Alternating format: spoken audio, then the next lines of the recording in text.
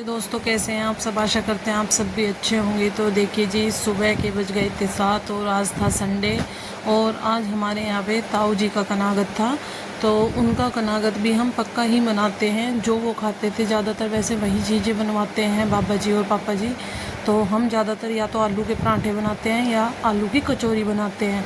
तो मैंने आलू उबाल रखे हैं, लेकिन आलू मुझे अच्छे नहीं लगे कचौरी या पराठों के अकॉर्डिंग, तो मुझे फिर सब्ज़ी ही छोंकनी पड़ी। तो यहाँ पे मैं आलू टमाटर की सब्ज़ी बना रही हूँ और इधर मैंने रख दी थी कढ़ाई। इधर मैंने कढ़ाई में तेल चढ़ा दिया है, तब तक तेल भी गर्म हो जाएगा। और आटा मैंने पहले ही छान के रख दिया था कि पहले सब्ज़ी छोंक देती हूँ, क्योंकि पहले मैं सोच रही थी कि कचौरी बनाऊँगी तो मुझे सब्ज़ी की ज़रूरत नहीं पड़ती, क्योंकि सभी दही के साथ खाते हैं कचौरी। तो फिर मुझे मजबूरी में सब्ज़ी ही बनानी पड़ी। तो यहाँ पे मैंने टमाटर, हरी मिर्च और तेज़ पत्ता वगैरह डाल के उसमें आलू टमाटर की सब्ज़ी में तड़का लगा दिया है। और अब मैं आटा बाद में लगाऊंगी, पहले सब्ज़ी छोंक देती हूँ, तब तक मेरी सब्ज़ी अच्छे से उबल जाएगी। तो फिर मैं आटा लगा दूँगी, इसीलिए मैंने पहले तेल भी चढ़ा दिया है कि भाई तेल तब तक गर्म हो जाएगा।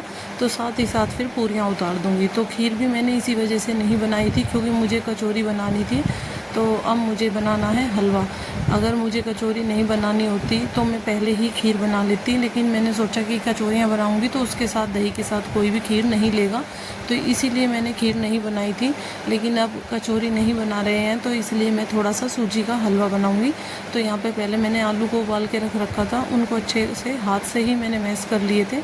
और सब्ज़ी ज़्यादा लिक्विड भी नहीं बनाएंगे और ज़्यादा टाइट भी नहीं बनाएंगे, तो मीडियम से ही सब्ज़ी बनाएंगे। तो यहाँ पे मैं आलू डाल देती हूँ। आलू तो उबल ही रहे थे पहले ही, तो सब्ज़ी भी थोड़ी जल्दी ही बन जाएगी।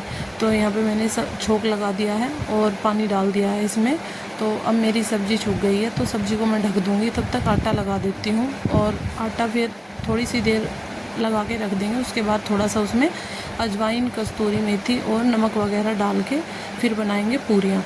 तो यहाँ पे मैं लगे हुई थी अपने काम में धीरे धीरे। एक तो क्या है कि पूजा और बच्चे कल वृंदावन गए थे, मैंने आपको बताया था, तो इसी वजह से आज मैं थोड़ा अकेली थी, तो काम भी थोड़ा ज़्यादा हो जाता है। तो यहाँ पे काम वाली दीदी भी आ गई थी, उनसे मैं करवा रही थी आज थोड़ी सी साफ़ सफाई, क्योंकि नवरात्रे भी शुरू होने वाले हैं।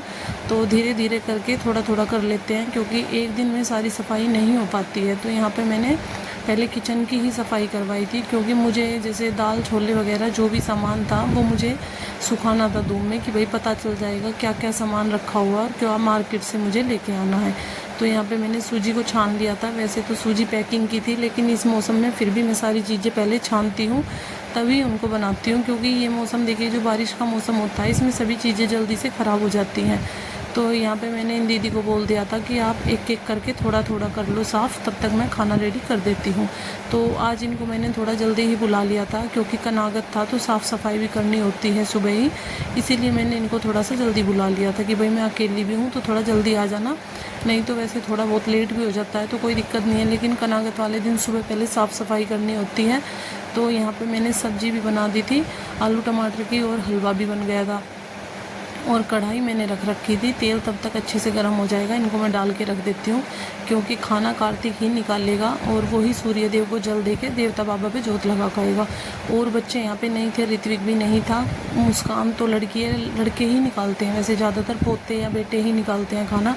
तो यहाँ पे मैं साथ ही साथ पूरियाँ बना रही थी, और कार्तिक तब तक नहा के आ जाएगा। तो मैंने कार्तिक को बोल दिया था कि भाई तू जल्दी सी रोटियाँ निकाल देना और फिर सब खाना खा लेंगे, क्योंकि बाबा जी और पापा जी थोड़ा जल्दी ही खाना खाते हैं।